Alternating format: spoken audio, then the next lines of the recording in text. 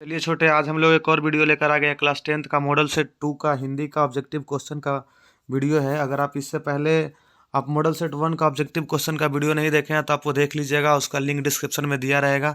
और बहुत ये जो मॉडल सेट जो 10th क्लास का जो नेट वाले जो निकाला गया है, ये बहुत आंसर इसमें गलत है। आप इसे सोच समझ के याद कीजिए, नहीं तो हो सकता है एग्जाम में आपको गलती हो जाए तो दिक्कत हो जाएगी फिर। ठीक है, चलिए देखते हैं पहला क्वेश्चन क्या सुनिएगा। कह रहा है the rise and fall of the Hindu women किन की रचना है।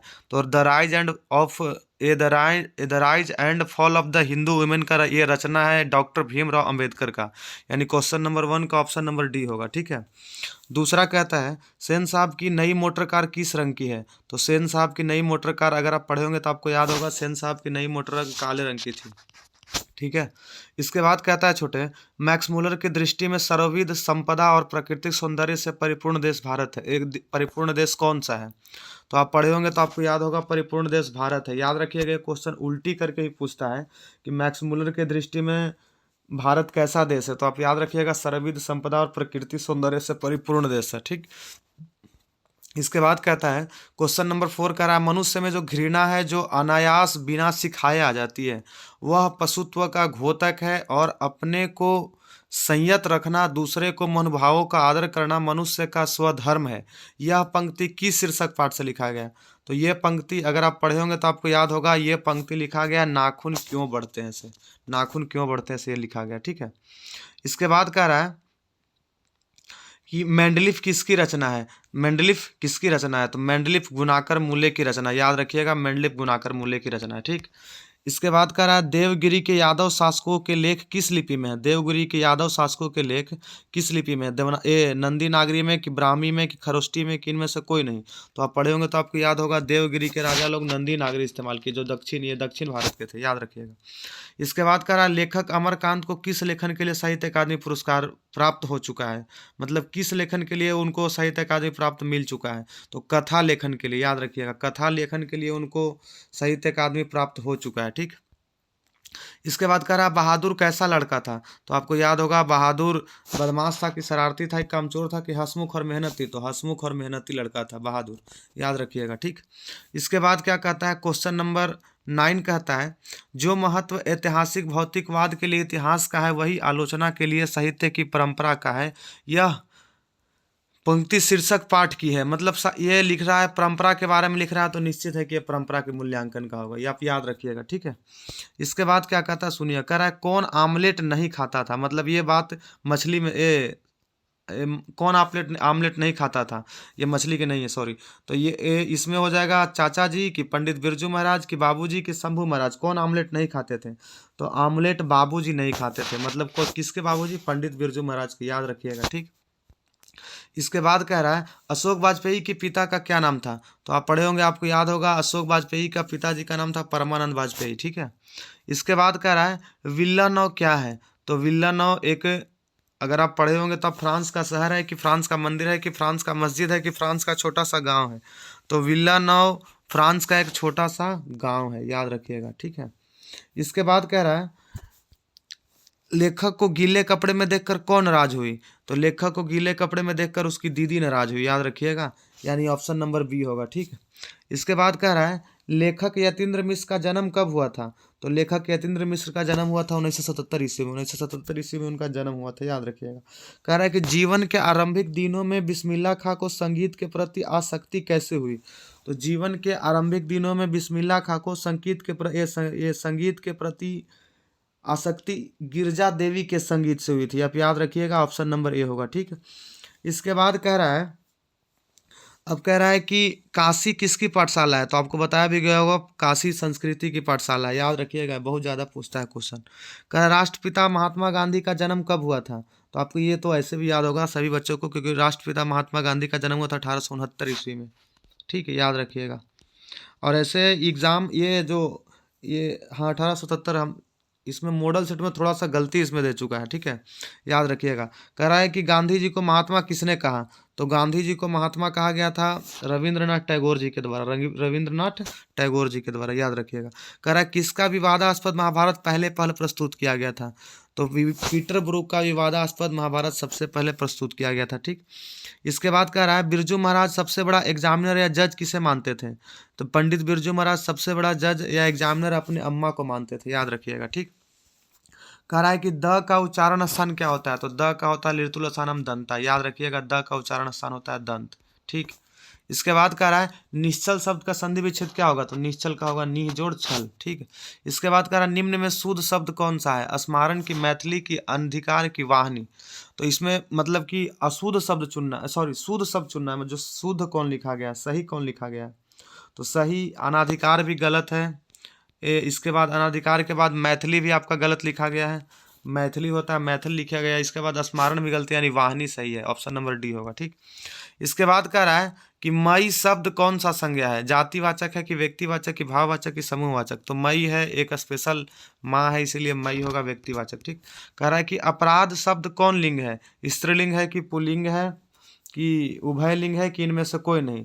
तो स्त्रीलिंग पुल्लिंग शब्द, अपराध पुल्लिंग शब्द है, याद रखिएगा, अपराध पुल्लिंग शब्द है। ठीक, इसके बाद क्वेश्चन नंबर 26 कह रहा है कि कर्पूर शब्द है, कौन सा शब्द है? तो ये कर्पूर हो जाएगा तत्सम, संस्कृत के शब्द है, याद रखिएगा, कर्पूर तत्सम शब्द हो जाएंगे। ठीक, इसके बाद कह रहा है श्याम शब्द का स्त्रीलिंग क्या होगा? तो श्याम शब्द का स्त्रीलिंग होगा श्यामा, क्या होगा? श्यामा। कह रहा डाल पर चिड़िया गाती है, यह किस कारक का उदाहरण है? तो यह अधिकरण कारक का उदाहरण होगा, में पेपर लगा हुआ इसीलिए। कह रहा यह कलम किसकी है, किस विशेषण का उदाहरण है? तो यह कलम किसकी है, मतलब पूछ रहा है यह कलम किसकी है, विशेषण के बारे में पूछ रहा है ना, कौन सा विशेषण है, मतलब विशेषण के, तो यह सर्वनामिक विशेषण होगा, क्योंकि किसका, किसकी या यह वह लगा है तो सर्वनामिक होता है, क्योंकि ये सर्वनाम रूप है, इसीलिए सर्वनामिक विशेषण होंगे। इसके बाद कह रहा है कि मैंने खाना खा लिया किस काल का उदाहरण है? तो मैंने खाना खा लिया भूतकाल का, पहले बीत चुका समय। इसके बाद कह रहा पुष्प शब्द है, पुष्प कौन सा शब्द है? तो पुष्प संस्कृत के शब्द है, यानी ये तत्सम शब्द है, याद रखिएगा।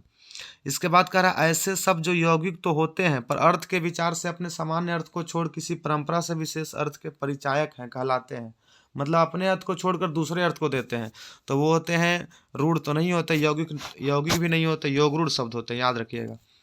इसके बाद कह रहा पराजय शब्द में उपसर्ग है, तो पराजय शब्द में परा उपसर्ग है। ठीक, कह रहा त्यागी शब्द में प्रत्यय है, त्यागी शब्द में कौन सा प्रत्यय है? तो त्यागी शब्द में दीर्घ ई प्रत्यय, याद रखिएगा। कह रहा चाचा शब्द का विशेषण है, तो चाचा शब्द का विशेषण होगा चचेरा, याद रखिए, 35 का ऑप्शन नंबर बी होगा। इसके बाद कह रहा शूल पानी शब्द कौन समास है? मतलब शूल पानी शब्द कौन सा समास है? अब यही भाव समास है कि द्विगु समास है कि बहुब्रीहि समास है कि द्वंद्व समास है? तो आप पढ़े होंगे तो आपको याद भी होगा कि बहुब्रीहि समास होता है शूल पानी। ठीक, याद रखिएगा। कह रहा निम्न में शुद्ध वाक्य कौन सा है?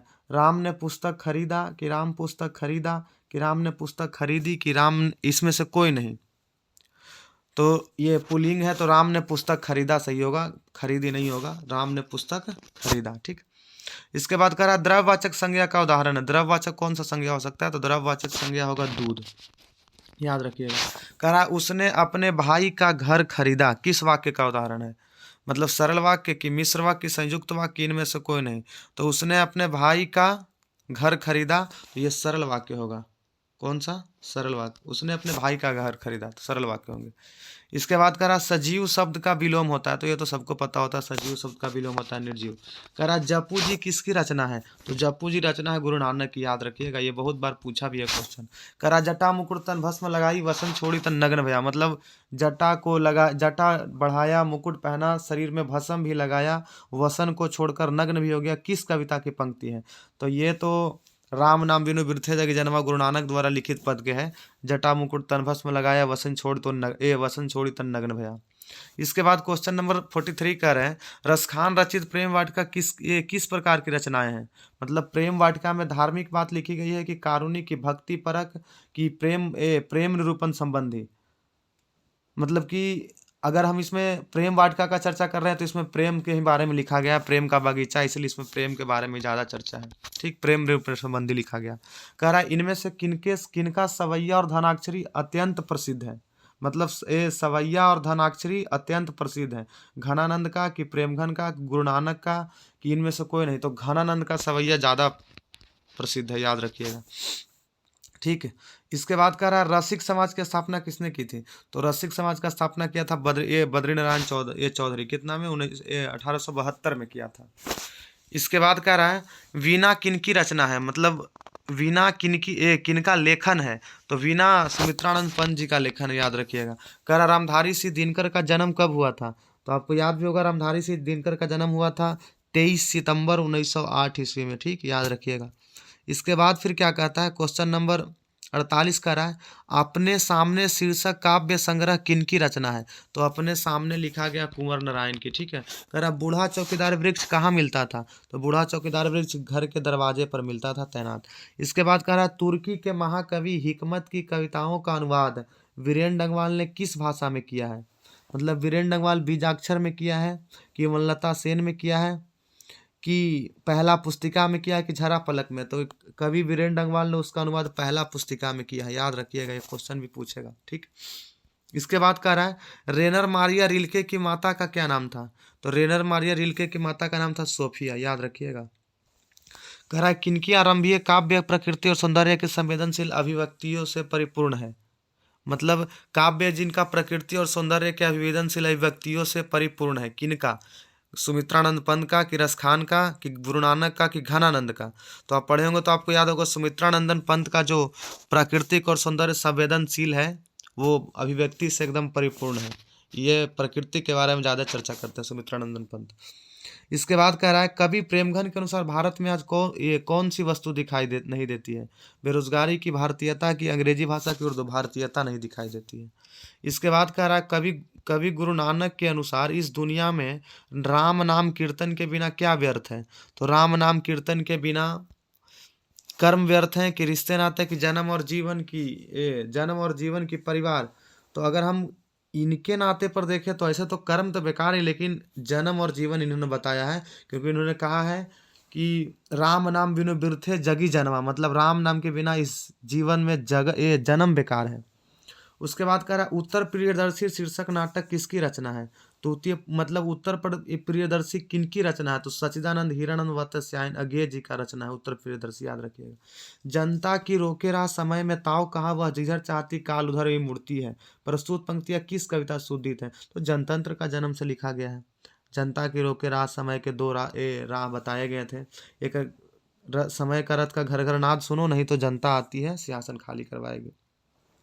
कह रहा कुंवर नारायण का जन्म कब हुआ था? 1926 में कि 1925 में कि 27 में कि 1908? ये गलत, वो 28 जाना चाहिए, वो 8 दे दिया, कोई बात नहीं। तो आप पढ़े होंगे तो आपको याद होगा कवि कुंवर नारायण का जन्म हुआ था 1927 ईस्वी में, याद रखिएगा। इसके बाद कह रहा हमारी नींद कविता में किसकी जीवन क्रम पूरा हुआ? तो हमारी नींद कविता में एक मक्खी का जीवन क्रम पूरा हुआ। एक मक्खी का जीवन क्रम मधुमक्खी सी है। ठीक है। इसके बाद कह रहा है सुमित्रानंदन पंत का अंतिम काव्य कौन है? लोकायतन की पल्लव की उच्छ्वास की वीणा। मतलब सुमित्रानंदन पंत ने सबसे अंतिम बार कौन सा काव्य रचना किया था? तो सबसे अंतिम बार ये लोकायतन काव्य रचना किया था। कौन सा? लोकायतन, याद रखिएगा।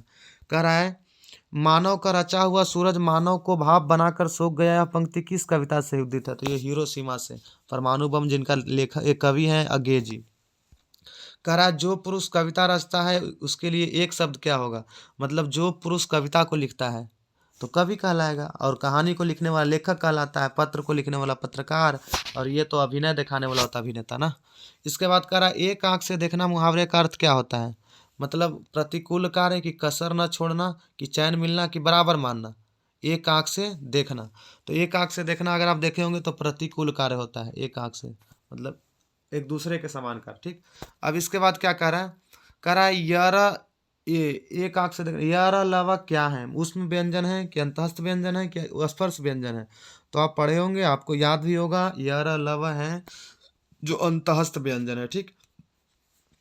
इसके बाद कह रहा है यशोधरा का संधि विच्छेद है, यशा जोड़ धरा, 64 का ये होगा। ठीक। इसके बाद क्या कहता है? कह रहा हरि शब्द कौन सा संज्ञा है? हरि, तो हरि शब्द हो जाएंगे व्यक्तिवाचक, किसी एक का नाम है हरि। कर रात को पहरा देने वाला आज घर चला गया किस पदबंध का उदाहरण है? तो रात को पहरा देने वाला आज घर चला गया, मतलब इसमें विशेषण, रात को पहरा देने वाला प्रहरी, तो विशेषण ही होगा। कह रहा निम्न में शुद्ध वाक्य कौन सा है? राजा दशरथ की 3 रानियां थी। राजा दशरथ को 3 रानियां थी, राजा दशरथ का 3 रानियां थी, राजा दशरथ के 3 रानियां थी, कौन होगा?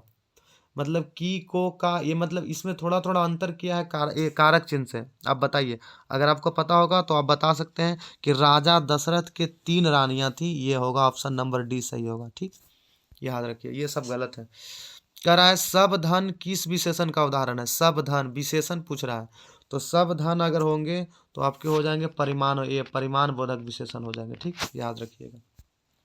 कह रहा है गोमल शब्द है, गोमल शब्द कौन सा है? तद्भव है कि तत्सम है कि देशज की विदेशज? गोमल, तो गोमल शब्द है गोमल देशज। गोमल मतलब गोबर जिसको हम कहते हैं। ठीक, याद रखिएगा। कह रहा है उपकार शब्द में उपसर्ग है, तो उपकार शब्द में उपसर्ग पूछ रहा है, तो उपकार शब्द में उपसर्ग है, उप, याद रखिए। शब्दांश कितने प्रकार के होते हैं? शब्दांश, शब्दांश 2 प्रकार के होते हैं, एक उपसर्ग शब्दांश, एक प्रत्यय शब्दांश। कह रहा है सर्प शब्द में प्रत्यय है, तो सर्प शब्द में प्रत्यय कौन सा है?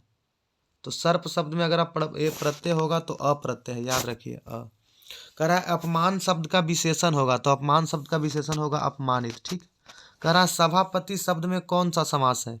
तो सभापति शब्द में मतलब सभा का पति, मुख्य, हेड, तो तत्पुरुष समास है, बीच में कारक चिन्ह आ गया। कह रहा है नाली में बहता हुआ पानी किस पदबंध का उदाहरण है? मतलब नाली में जो पानी बह रहा है वो किस, ये मतलब वाक्य की दृष्टि से कौन सा पदबंध है? तो ये विशेषण पदबंध हो जाएंगे। ठीक है, नाली में बहता हुआ पानी, कौन सा पानी बहता हुआ, विशेषण के बारे में बता रहा। कह रहा जो छात्र परिश्रम करेंगे उन्हें सफलता अवश्य मिलेगी, रचना की दृष्टि से किस प्रकार का वाक्य है? जो छात्र परिश्रम करेंगे उन्हें सफलता अवश्य मिलेगी, रचना की दृष्टि से मतलब ये सरल वाक्य है कि मिश्र वाक्य कि संयुक्त वाक्य कि इनमें से कोई नहीं? तो अगर आप पढ़ेंगे तो ये सरल वाक्य आपको मिल जाएंगे। जो छात्र परिश्रम करेंगे उन्हें सफलता मिलेगी, नहीं, सरल वाक्य नहीं होंगे ये होंगे संयुक्त वाक्य, 2 वाक्यों का मिलन हुआ है। ठीक है, जो पढ़ेंगे उन्हीं को सफलता प्राप्त होगा। इसके बाद कह रहा है आकाश शब्द का पर्यायवाची क्या होता है? तो आकाश शब्द का पर्यायवाची होता है, पर्यायवाची पूछ रहा है, नभ ही होता है, आकाश या नभ कहिए, बात तो बराबर ही। कह रहा है अंधकार शब्द का विलोम क्या होता है? तो अंधकार शब्द का विलोम होता है प्रकाश। कह रहा है शिव का उपासक के लिए उसको क्या कहते हैं? तो शिव का जो उपासक होता है उसको शैव कहते हैं। घी के दिए जलाने मुहावरे का अर्थ क्या होता है? तो घी के दिए जलाना मतलब अप्रत्याशित लाभ पर प्रसन्नता, कि लज्जित होना, कि बेफिक्र होना, कि खूब याद रखना। तो घी के दिया जलाना मतलब लाभ, ऐसे तो इसमें से घी के दिया जलाना मतलब होता है खुशियां मनाना, तो यहाँ प्रसन्नता को ले सकते हैं, अप्रत्याशित लाभ पर प्रसन्नता, क्योंकि यहाँ तो देखिए मुहावरे का अर्थ लिया जाता है विकल्प के अनुसार, आप याद किए उससे मैटर नहीं करता है, यहाँ मुहावरे में क्या दिया है, तो अप्रत्याशित लाभ पर प्रसन्नता होगा। ठीक है, अब इसके बाद कह रहा है सोना धातु कौन सा लिंग है? तो सोना आप पढ़े होंगे, आपको याद भी होगा, सोना पुल्लिंग है। घड़ी शब्द कौन सा संज्ञा है? तो घड़ी मतलब पूरे घड़ी के समूह को, तो ये जातिवाचक संज्ञा है। कह रहा है जेठ शब्द का स्त्रीलिंग क्या होता है? तो जेठ शब्द का स्त्रीलिंग होता है जेठानी। कह रहा है बखूबी शब्द में कौन सा समास है? बखूबी, जिसके पहले ब है यानी ये अव्यय है यानी अव्ययी भाव समास होंगे। कह रहा रमेश आ रहा होगा किस काल का उदाहरण है? रमेश आ रहा होगा मतलब आ रहा होगा, रमेश आ रहा होगा, ये किस काल का उदाहरण है? तो आप ये मतलब भविष्यत काल का, आ रहा होगा मतलब आने वाला, अभी बाद में आएगा, आया नहीं है। ठीक है, कह रहा मंगम्मा को किससे विवाद था? तो मंगम्मा को विवाद था अपने बहू से। किससे? अपने बहू से। किस चिंता में लक्ष्मी को नींद नहीं आती थी? तो बाढ़ की चिंता में, क्योंकि उसके गांव में बाढ़ बहुत ज़्यादा आती थी, इसीलिए उसे ये बाढ़ की चिंता से नींद नहीं आती थी और बाढ़ आने की संभावना भी थी। ठीक है, उसके बाद फिर क्या देखिएगा, क्वेश्चन नंबर 88 क्या कहता सुनिएगा। कह रहा है सातकोड़ी होता का जन्म कब हुआ था? सातकोड़ी होता का जन्म कब हुआ था? सातकोड़ी होता का जन्म 1929 ईस्वी में हुआ था। कह रहा माँ के दोनों पुत्र पढ़ लिख कर कहाँ काम में लगे हुए थे? गांव में कि पहाड़ पर कि खदान में कि शहर में? तो शहर में लगे हुए थे। मंगू कितने वर्ष की है? तो मंगू ऐसे तो 12 वर्ष की थी, और अगहन के महीने में कितने वर्ष की हो गई थी? 13 वर्ष की हो गई थी, याद रखिएगा। ठीक है, ऐसे कि मॉडल सेट में ये सी दिया है, आंसर गलत हो जाएगा, 14 वर्ष की वो थी ही नहीं। ठीक है, याद रखिएगा। कह रहा मदुरई पंडित लोगों की पांड्य लोगों की दूसरी राजधानी है, यह कहाँ लिखा हुआ है? तो ये लिखा गया है, मतलब ये बताया गया है, और ये कहाँ बताया गया है? तो ये बताया गया है काल्डवेल के तुलनात्मक व्याकरण में। ठीक, ये आपकी किताब में ही चर्चा किया गया। काल्डवेल के तुलनात्मक व्याकरण में कहा गया है कि मदुरै पांड्य लोगों की दूसरी राजधानी है। ठीक, इसके बाद कह रहा है वल्ली अम्मा की लड़की का क्या नाम था। तो वल्ली अम्मा का लड़की का नाम था पपाती, जिसे कौन सा रोग हो गया था, मेनिंजाइटिस। ठीक है, तो कहाँ के रहने वाली थी, मुनान डिप्टिट शहर की रहने वाली थी, याद रखिएगा। ठीक, कह रहा है वल्ली अमाल किस रंग की साइकिल साइकिल रिक्शे पर सवार हुई थी। मतलब वो जब जा रही थी तो किस साइकिल रिक्शे पर सवार हुई थी। तो वो पीले रंग के रिक्शे पर, याद रखिएगा, पीले रंग के रिक्शे पर सवार हुई थी। ठीक, इसके बाद कह रहा सीता क्या देखकर रुआसी हो गई। सफ़ेद ओढ़ना, कि बैगन ओढ़ना, कि गुलाबी ओढ़ना, कि काला ओढ़ना। मतलब क्या देखकर रुआसी हो गई थी, क्या देखकर रोने के, तो काला ओढ़ना। ठीक, इसके बाद कह रहा नारायण की पत्नी का क्या नाम था। तो नारायण की पत्नी का नाम था भंवरी, याद रखिएगा। हेड नर्स का क्या नाम था, हेड नर्स का नाम था मिरांडा। ये कहाँ से लिखा गया है, ये लिखा गया ये पपाती वल्ली अम्मा वाले चैप्टर से लिखा गया। कह रहा वेदना कितनी क्रूरता से कौंच कर रही थी, उसका साक्षात्कार किसके जीवन में पहली बार हुआ। तो ये पुत्र को, ये आपके किताब, ये इसी में से लिखे गए हैं, नारायण वाले में से ही लिखे गए हैं। ठीक, इसके बाद कह रहा है ढहते विश्वास शीर्षक कहानी में स्कूल के 2 कमरे में लगभग कितने लोग खचाखच भर गए थे। तो मतलब करीब 200 के करीब लोग, मतलब जब वो ढहते विश्वास में जो वो स्कूल का चर्चा था उसमें मतलब कि भरे हुए थे, जिसमें पानी भी ऊपर आ चुका था। इसके बाद कहा श्रीनिवास किसके साहित्यकार हैं। मतलब श्रीनिवास अंग्रेजी के साहित्यकार हैं, कि हिंदी के हैं, कि उर्दू के हैं, कि कन्नड़ के हैं। तो श्रीनिवास आपके पहले चैप्टर ही लिखे हैं, आपको याद भी होगा, कन्नड़ भाषा के हैं। कह रहा अच्युत किसका बेटा था। अच्युत, तो अच्युत लक्ष्मी का बेटा था। ठीक है, ये हुआ आपके मॉडल सेट 2 का 100 ऑब्जेक्टिव का क्वेश्चन का मैंने ये ऑब्जेक्टिव कराया आपको। एक बात आप याद रखिएगा, अगर आप मॉडल सेट से याद करते हैं तो आप गलत ना याद करें, आप सही याद करें। अगर हमसे भी कोई त्रुटि हुआ होगा तो हमें कमेंट कीजिएगा, बताइएगा। और अच्छा लगेगा तो लाइक कीजिएगा, शेयर कीजिएगा, सब्सक्राइब कीजिएगा। अभी 3 मॉडल सेट और आपके बचे हुए हैं, तीनों मॉडल सेट के डाल देंगे। और सबका इससे पहले वाला अगर आप नहीं देखें तो उसका भी, उस वीडियो का भी लिंक डिस्क्रिप्शन में डाला रहेगा, आप देख लीजिएगा क्लिक करके, कोई दिक्कत नहीं है। बाकी फिर अगले बार मिलते हैं। ठीक है छोटे, अगले बार मिलेंगे।